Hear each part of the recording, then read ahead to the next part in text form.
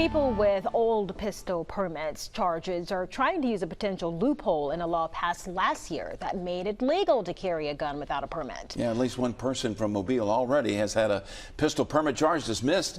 Fox News' Brendan Kirby has been looking into all of this, and he joins us live. All right, Brendan, it comes down to how the law was written. Yeah, that's right, Lenise and Byron. There's ambiguity in the language. It makes it unclear how to handle pistol permit charges that were pending before the new law took effect. Until this past January, it was a misdemeanor crime to carry a concealed gun without paying for a permit from the sheriff's office. Now, some defense attorneys are arguing their clients can't be prosecuted for pistol permit charges that predate the new law. Eric Lamar Jones was one of those defendants. Police charged him on April 24th last year after a traffic stop. That was more than 8 months before the new law took effect, but after Governor Kay Ivey signed it in March last year. Defense attorney Gordon Armstrong argued that the charge should be dismissed, and when the Mobile Municipal Court judge didn't agree, he asked a Mobile County Circuit judge to review it.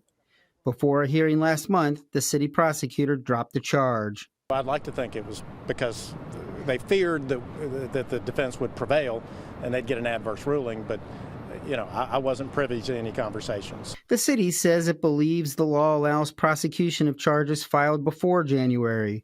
A spokesman citing a section of the new law that says that it does not prevent the power of police to detain, investigate, or arrest a person for a violation of the law.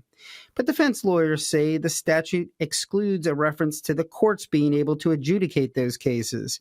Attorney Tom Walsh says the same logic should apply even to defendants facing pistol permit charges from before the legislature passed it. Well, the case that we've cited, that Mr. Armstrong and I have cited in our motions to dismiss, relate back to Prohibition era. I mean, it's a 1934 case that is still good, that is still used, that is still cited, and it ended prosecutions for the illegal possession, sale, and distribution of alcohol prior to the repeal of the Prohibition Amendment. Mobile County Sheriff Paul Birch, who opposed the repeal, says he hopes that people who violated the law when it was on the books will be held accountable. It's concerning if you were arrested before the effective date of the law, but they'll then not face the consequences of your actions.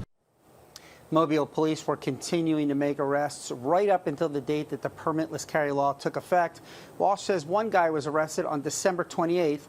He says he'll fight that one as well. Reporting live, Brendan Kirby, Fox 10 News.